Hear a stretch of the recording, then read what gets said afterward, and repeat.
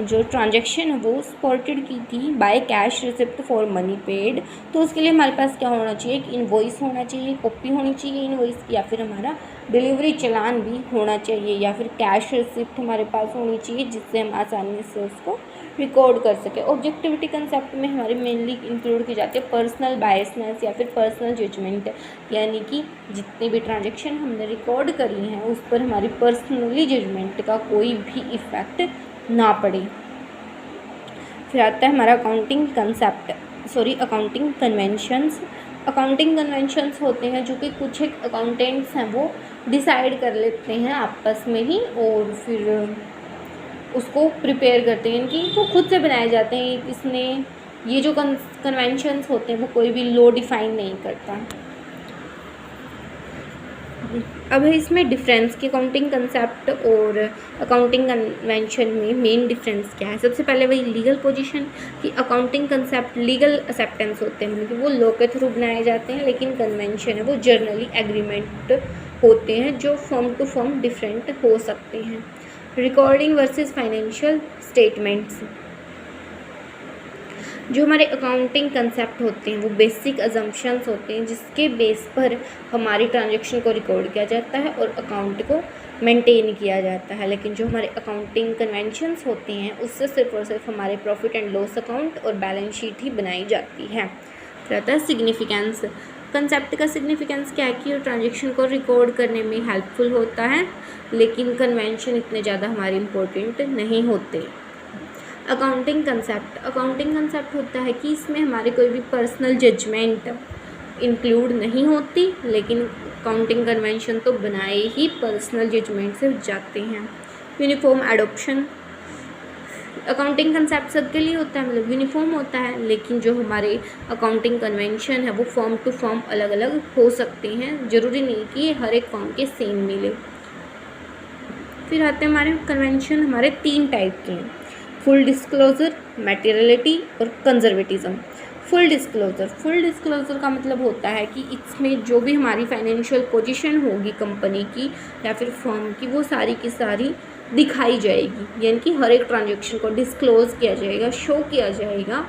किसको दिखाई जाएंगी सारी चीज़ें, जितनी भी हमारी इंटरेस्टेड पार्टीज़ होती हैं। इंटरेस्टेड पार्टीज़ में हमने पढ़ा था जैसे पोटेंशियल इन्वेस्टर्स हो गए, क्रेडिटर्स हो गए, कस्टमर्स हो गए, तो इन सबको ये सारी चीज़ दिखाई जाएंगी, फुल डिस्क्लोज करा जाएगा ये। फिर आता है हमारा कन्वेंशन ऑफ मटेरियलिटी।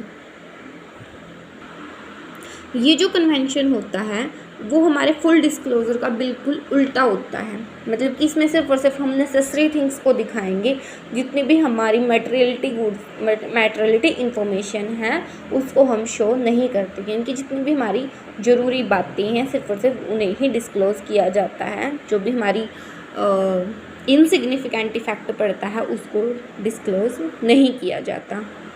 फिर आता है कन्वेंशन ऑफ कंजर्वेटिज्म और प्रूडेंस। कंजर्वेटिज्म का मतलब क्या होता है कन्वेंशन का, कन्वेंशन ऑफ कंजर्वेटिज्म में हमारे जितने भी लॉसेज हैं, मतलब कि जो अभी तक नहीं हुए हैं, अनरियलाइज्ड लॉसेज होते हैं, उनको तो क्या किया जाएगा, ऐड किया जाएगा, और जितने भी हमारे गेन्स हैं उनको क्या किया जाएगा, इग्नोर किया जाएगा। लॉसेज को क्यों ऐड किया जाता है, ताकि अगर बिज़नेस को कोई भी लॉस हो रहा है तो हम उसे जल्दी से जल्दी रिकवर कर पाएँ। ठीक है, इफ़ेक्ट क्या पड़ता है फिर इसका, profit and loss account will disclose lower profit in comparison to the actual profit. इससे हमारे क्या होंगे, प्रॉफिट को कम दिखाया जाएगा और हमारी बैलेंस शीट वो क्या करेगी, डिस्क्लोज करेगी under statement of asset and over statement of liabilities. इससे हमारी एसेट कम हो जाएंगी और जो भी हमारी लाइबिलिटीज़ हैं वो हमारी ज़्यादा दिखाई जाएंगी। देखो इसमें मैं एक बार फिर से क्लियर कर देती हूँ कि हमने पढ़े थे 3 तो हमारे बेस जो भी ज़रूरी हैं और कुछ एक अदर अकाउंटिंग कंसेप्ट हैं। बेसिक में हमने किए थे going concern, consistency, accrual. Going concern लगातार चलता रहेगा, कंसिस्टेंसी जो हमने पिछले सालों में यूज़ किए थे वो अब की बार भी यूज़ करने हैं, एक्रूअल कैश और क्रेडिट दोनों ट्रांजेक्शन रिकॉर्ड होंगी। फिर बिजनेस एंटिटी कंसेप्ट, यानी कि बिजनेस की जो एंटिटी है वो उसके ओनर से अलग होगी। मनी मेजरमेंट, मनी के रूप में मेज़र किया जाएगा। अकाउंटिंग पीरियड 1 अप्रैल से 31 मार्च का होता है। कॉस्ट कॉस्ट में हमारी जितनी भी बुक वैल्यू है उनको रिकॉर्ड किया जाएगा। ड्यूल एस्पेक्ट कंसेप्ट में हमारे 2 अकाउंट्स इफेक्ट होंगे इससे, एक डेबिट हो रहा तो दूसरा क्रेडिट। रेवेन्यू में जब भी हमने अपनी गुड्स की ओनरशिप को ट्रांसफ़र किया तभी हमने रेवेन्यू अर्न कर लिया। मैचिंग में रेवेन्यू को एक्सपेंसेस के साथ मैच किया जाता है। ऑब्जेक्टिविटी में पर्सनल जजमेंट को इग्नोर किया जाता है।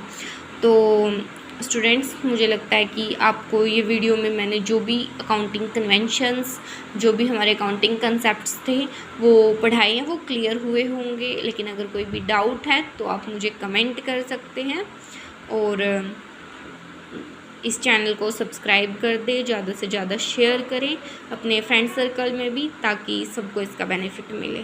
Thank you.